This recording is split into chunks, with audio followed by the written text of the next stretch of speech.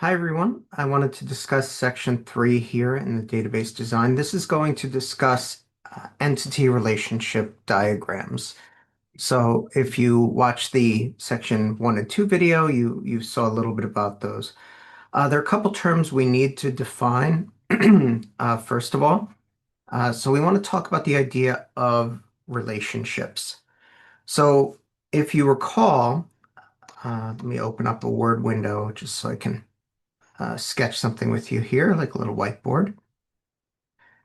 Let's say we were talking about a student. Student has a relationship with a class.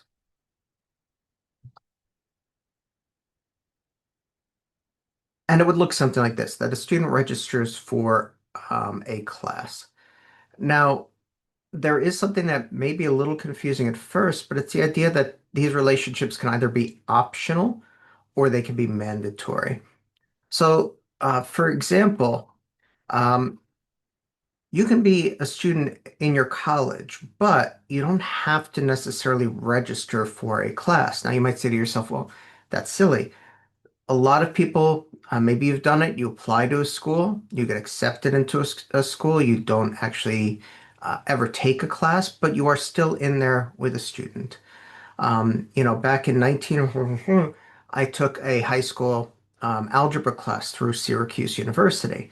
I got college credit for it. When I went to college, I kind of said, I'd rather retake it, even though I got credit for it, because I didn't want to jump right into calculus too. And that's the last Syracuse University has heard of me, but technically I was a student at Syracuse University.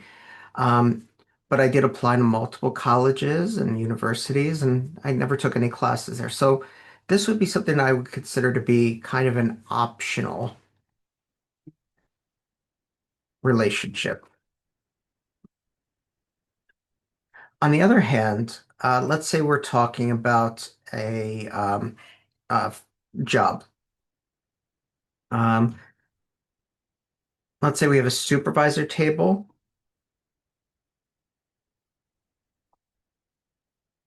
Something like this might be what we consider a mandatory relationship, where an employee has to have a supervisor assigned.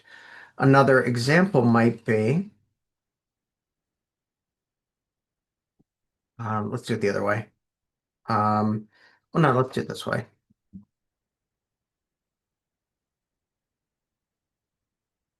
Something like this, where textbook has an author and you need an author to be there.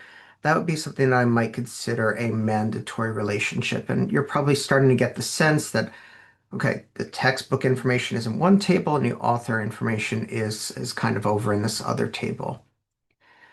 Now, the other thing that is discussed here is this term cardinality. Now, that's a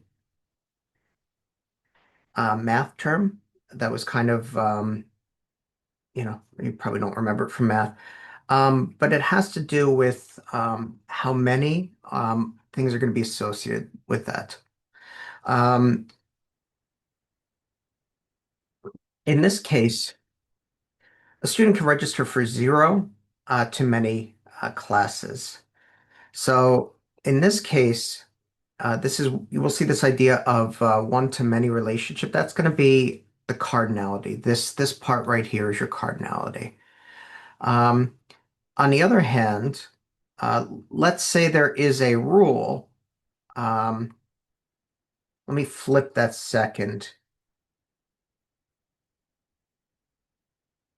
We have an employee has a supervisor. Um,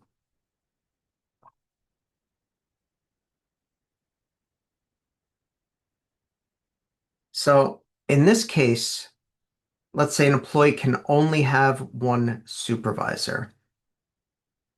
In that case, the cardinality, an employee has one supervisor. On the other hand, if we look at the supervisor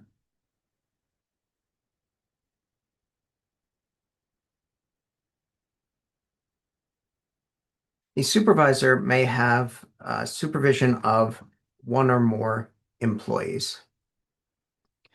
Now, that's the idea of cardinality. It's basically just what is the relationship like there? So if you, for example, if you're a parent, by virtue of being a parent, you have to have at least one child, otherwise you're not a parent. But conceptually, maybe biology holds it back, but conceptually, you could have one child, you could have two. My grandmother was one of, or my grandmother had 10 children on my mother's side. So, um, you know, in that case, parent has 10 children. This numbers could certainly be um, different for each person versus myself. I have one, you know, child. So, but just by being virtual, by the virtue of being a parent, the cardinality there, we would see that that is one or more. So now, when we talk about diagrams, the one thing I dislike about this is there's just so many different types of diagrams. And what I will warn you is that if you go and you start Googling this or you throw it into the AI tools, you're going to find there's 80,000 different ways to do this. So I'm just going to show you very quickly just some of the things that you might find.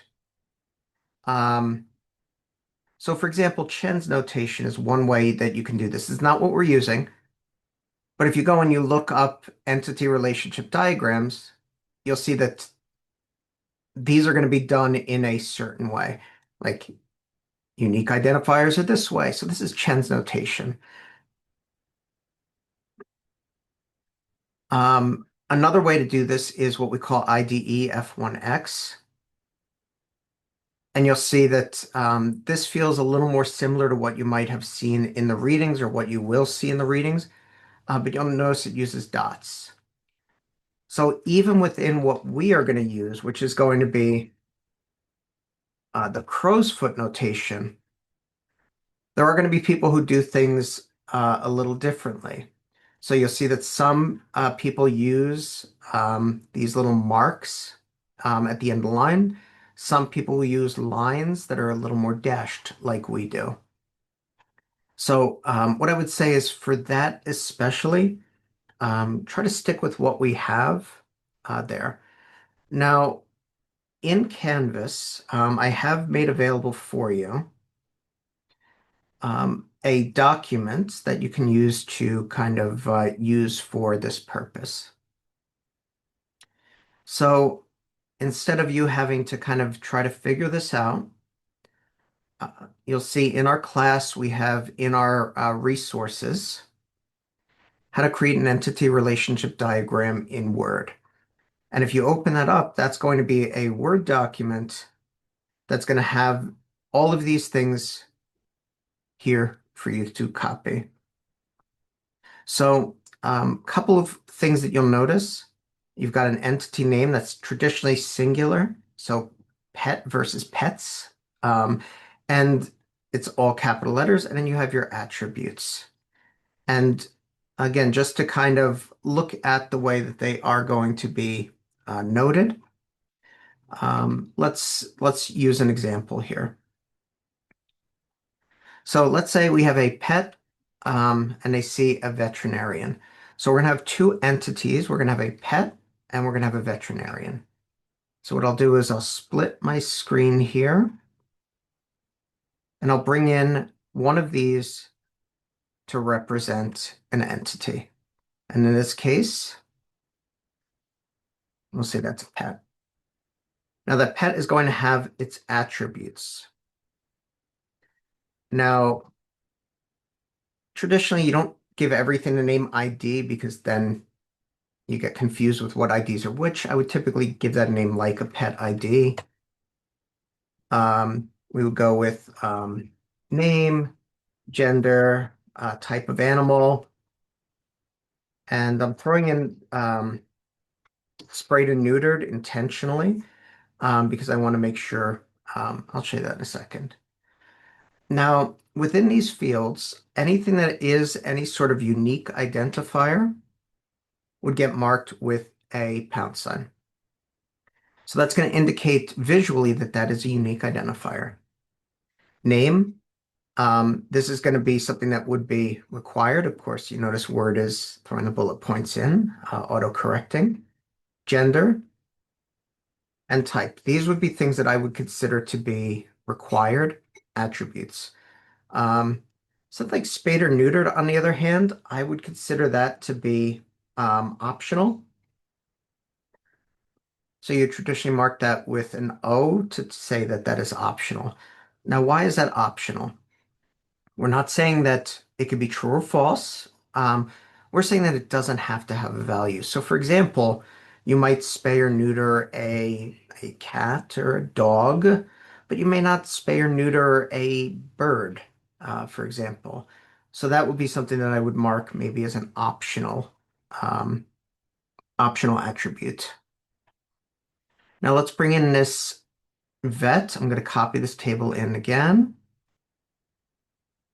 Going to move it over because otherwise we can't read it.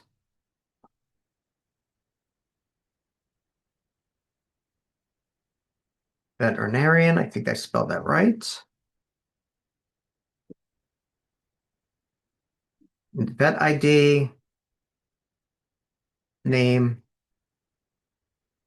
email address. And traditionally you would also, um, you know, you would also break name into first and last name, but I wanted to keep this simple for now. Now, vet ID would be some sort of unique identifier. Name, I would assume that somebody has to have a name. And likewise, maybe we require an email address on file. So if I'm putting together an entity relationship diagram from this set of business requirements, this is what this would look like. Now, now if you ask, well, which one goes where? It doesn't really matter what's on the left or right. The big piece is going to be the line. So you see we have a couple of different lines here.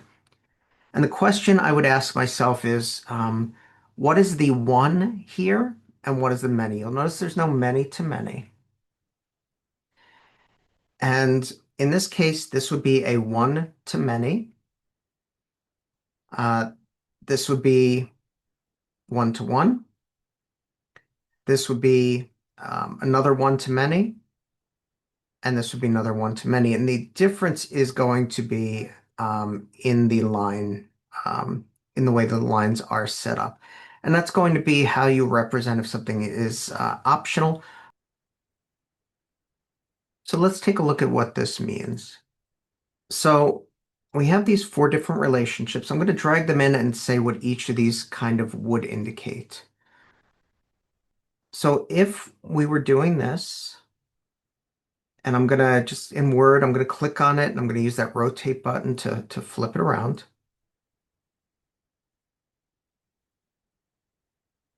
If we were doing this, what this would indicate that one veterinarian can be assigned to many pets. Each veterinarian must be assigned to a pet because this half of the line is solid. Each pet must be assigned to a veterinarian because this part of the line is solid. I don't know that that necessarily makes sense. Let's say we have a vet who leaves, or maybe we have a new vet. So I don't know that that necessarily is the perfect answer. It may be a requirement there, but I don't know that it has to be a requirement. Now, if we were to bring this over, the one to one, what this would be telling me. Now, this one's easy. You don't have to worry about flipping it, although I want to go in a straight line. Oops, close enough. So what this would be saying is each vet is assigned to a single pet. Each pet is assigned to a single vet. Doesn't really work there because that would be very expensive. This would be like your Jeff Bezos's pet. Each pet gets assigned their own vet type of thing. This third one, I'm going to bring that over and I'm going to rotate. So what this is going to indicate, again, going back to the other idea, one vet many pets. And what this is going to say is the vet does not have to be assigned to a pet because this half is dashed, but the pet does have to be assigned to a vet because this is solid on this half of the line. This feels a little better in terms of what happens if you have a new hire or something. But again, if a vet leaves, you can't just delete the pets, so something has to happen there. And really, the correct answer here, it's something you'll find probably very commonly, honestly, is going to be this version where you have a one vet assigned to many pets. So this is absolutely correct. Again, that one to many. A vet can be assigned. It's optional. So the vet does not have to be assigned to a pet. And likewise, a pet does not have to be assigned to a veterinarian. And this is really a very flexible option. And then the only other thing that we would traditionally do in this version of the crow's foot notation would be to insert a little text box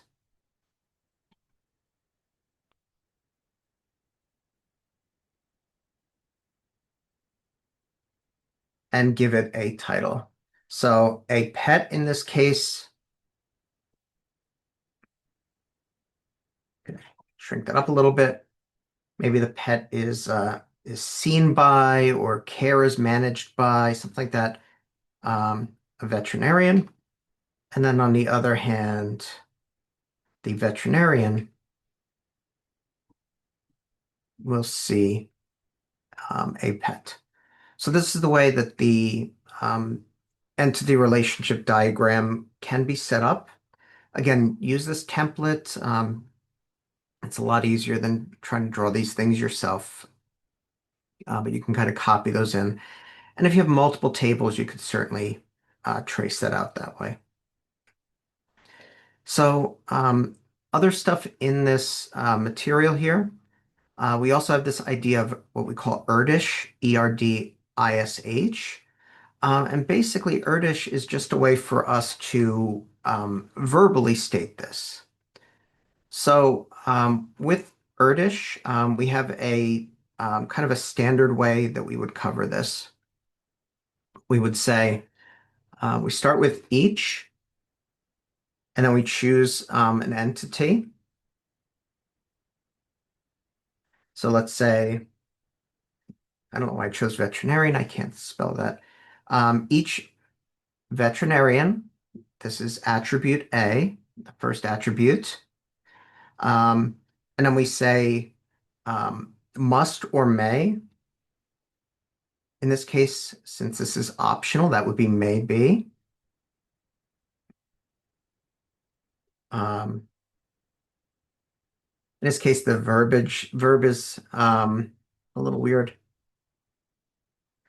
We may see, in this case, that we are seeing.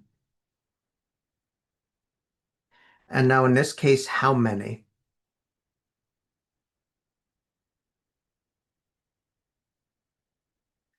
And they may see one or more pets in this case.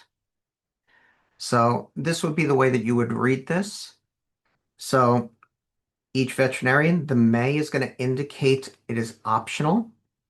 Again, if you look online, you're going to find people do it 10 different ways, and it is very confusing, and I can't fix the internet, unfortunately. Um, and then likewise, each pet may, and again, that is optional.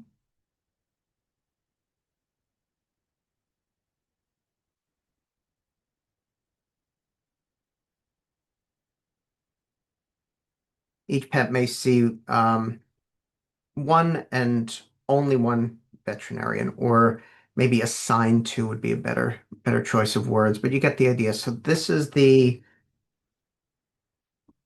ERDish, and this is the entity relationship diagram. And again, what we've found is sometimes these entity relationship diagrams get massive, and sometimes just having it written out in a text form um, will make your life a little easier. So, but yeah, that brings us to the end of section 3. Hopefully this makes sense, and I'll see you in a future video.